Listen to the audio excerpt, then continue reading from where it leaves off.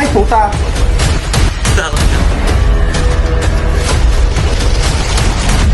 Sa ilalim, parang may something talaga.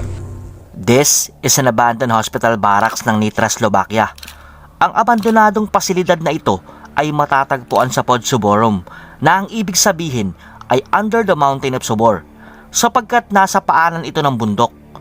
Tinatayang mahigit 100 years na ang tanda mula pa nang maitayo ang mga structure na to na nasa loob ng archaeological site of Martinsky.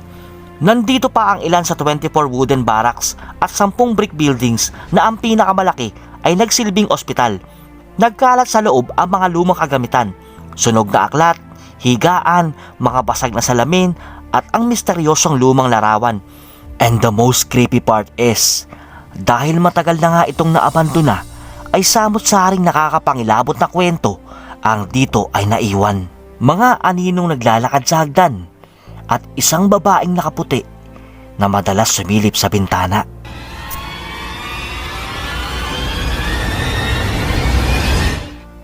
Maliwanag pa nang marating namin ang lugar. And to be honest, ay naramdaman ko yung lungkot na posibleng nangyari dito. Ang bahay ni Lola. Sinusmog ganyan. At tulad ng nakagawian, ay nag-alay muna kami ng panalangin bago gawin ang investigation. Nakita ko ang isang malaking pintong kahoy at antigo na ang pagkakahulman nito. Sinubukan kong ito'y buksan para makapasok kami, pero mukhang matagal nang sarado. Sarado na yung pinto. Hanap na lang kami ng ibang dadaanan. Dito baka meron. Sa paghahanap ng ibang daan ay nakita namin ang bagay na to. Ano to? Files yan. Sa extreme. Pero dahil sa pangamba na makakuha kami ng sakit o virus, ay hindi namin to pinakialaman. Bukas sa pinto. Dito na kami papasok. Sarado na kasi yung pintuan doon sa may gilid eh. Papasok na kami sa loob nang mapansin namin ang isang maliit na lagusan. Meron siyang daanan papunta sa ilalim. Kaya lang mahirapan tayong babain. Saka baka may mga ahas eh. Delikado ang lugar na to.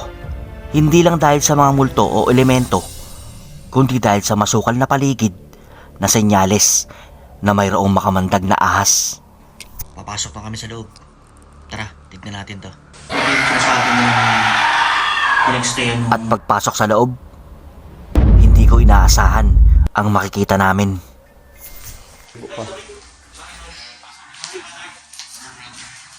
Sapagkat dahil abandonado na nga ang lugar, ay naging daan pala to para gawing tirahan ng dumaraming homeless sa bansa. Hello, brother. Hello. Hello.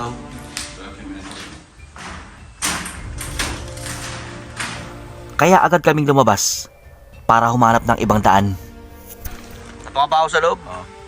Parang amoy gabat na. Inano ko na yun eh. Inilawan ko yung kanina, yung parteng yun eh. Hindi kita yung mga homeless eh. Hindi nga anong kita. Pero kita ko yung kama.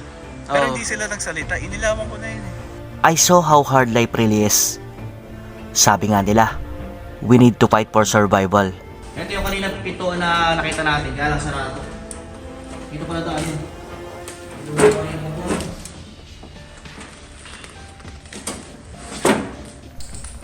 Habang tumatagal kami sa lokasyon, ay napapaisip ako kung ano pa ba ang pwede naming ma-encounter dito at kung nasaan ba ang kinatatakutang chamber na mayroon daw sundalang pumanaw noon.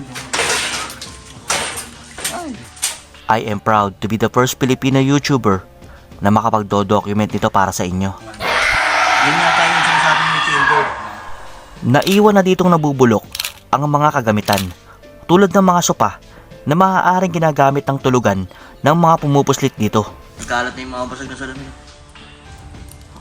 Kaya dapat kung papasok ka dito, nakasapatos ka talaga.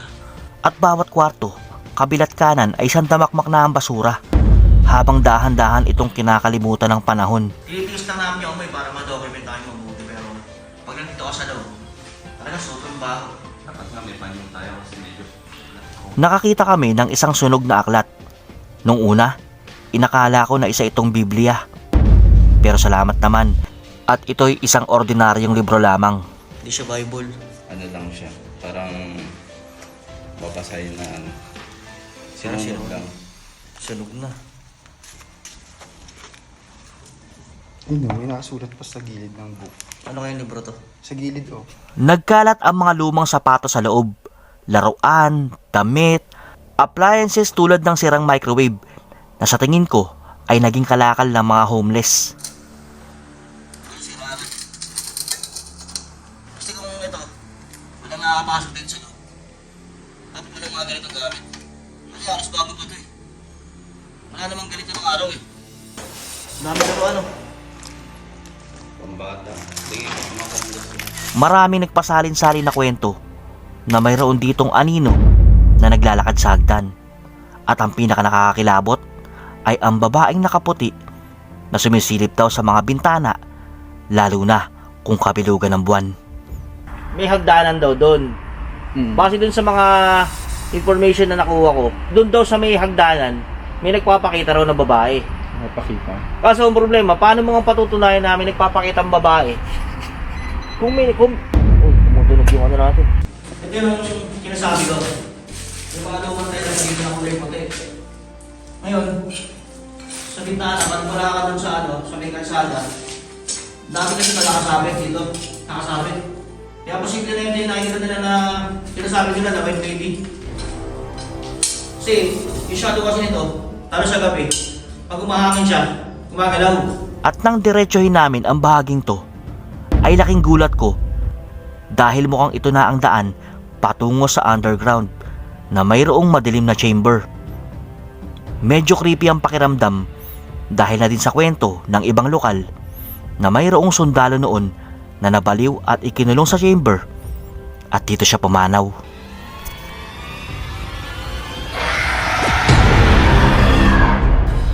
May iwan ako dito. Dalhin niyo itong isang camera. Tapos dun sa taas, mag-camera kayo. Ayoko naman pilitin si Brian eh.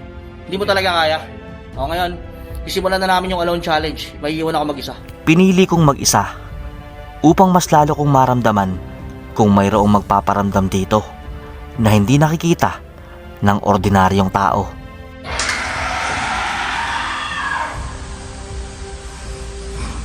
Naiwan ako ngayon dito sa chamber.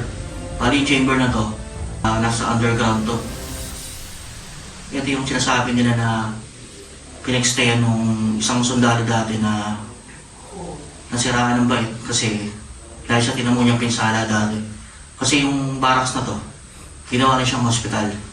Dahil sa kakulangan din dati ng pondo, kaya ginawa talaga nila itong hospital. Sa totoo lang, napakainit dito dapat eh. Dapat pagpawisan ako eh. Kaya alam niyo yung pakiramdam na kinikilabutan ako. Sobra yung ilabot ko. Hindi lang ako masyado nagre-react. Kasi mawawala ako sa concentration.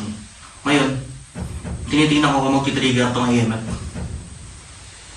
Pero kahit na magpula siya, hindi ko pa rin siya i-declare na paranormal o something. Ahoy! Hindi ako masyadong nag-focus sa paggamit ng EMF dahil mas gusto kong patunayan ito sa pamamagitan ng aktual na video. Sinubukan kong makipag-usap kahit nanginginig ang boses ko sa pangamba. Nang ilang sandali pa ay bigla akong napalingon.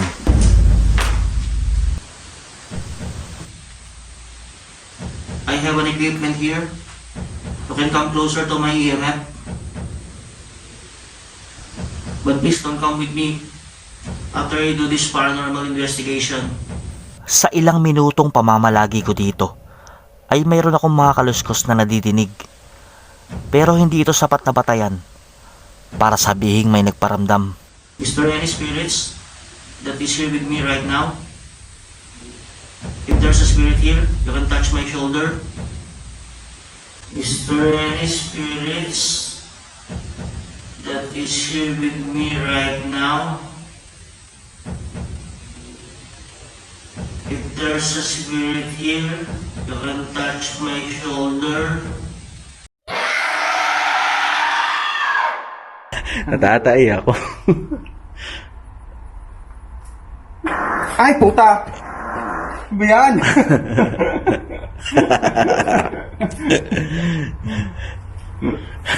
Natakot ka doon? Ha? Beshi, natakot. Natakot ako na, Beshi. Natakot. Beshi, Oh. natakot ka. Oo, syempre. Ilaw, Beshi. Ilaw.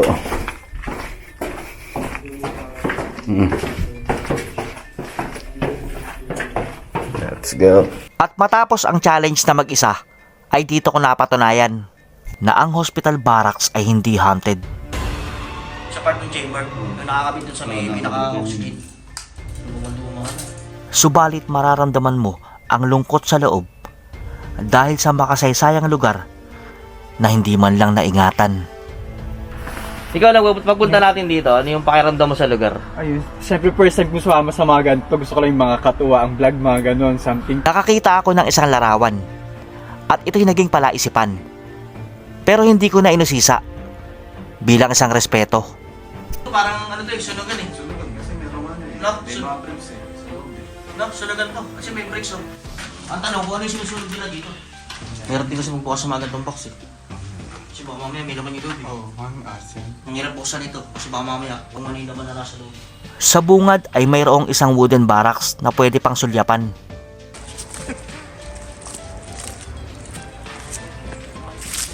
May mga rebulto pa dito sa loob. Pero hindi na namin pwedeng puntahan ang natitira pa sa 24 dahil mahigpit na itong ipinagbabawal. Ano meron dyan? Para buto. Ang dami.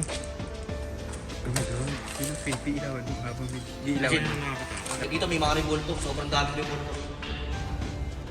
Pero, talagi ko, hindi na tayo pwedeng dumiretso pa dun. Kasi, baka sobrang bawal na dun. Gusto ko sanang bumalik para mag-overnight challenge. Kaya lang, isinasarado na pala ito sa publiko pagsapit ng alas 5 ng hapon. Nandito na kami sa haunted barracks. Kaso ang problema, mukhang sinasarado na. Napakasarap balikan ng mga ganitong lugar. Dahil alam mo na punong-puno ito ng magandang kasaysayan. Hindi lang para magtakutan, kundi para tumuklas ng dagdag kaalaman na posibleng humulma sa iyong pananaw at pagkatao. Delikado man ang pagpasok dito, sabi ni Father Ivan na di sinasadyang makasalubong namin sa bundok, ay hindi ako nagdalawang isip. Dahil alam ko, sa pag-uwi ko ng Pilipinas, ay mayroong isang lugar mula sa ibang panig ng mundo na napuntahan ko at tinuklas.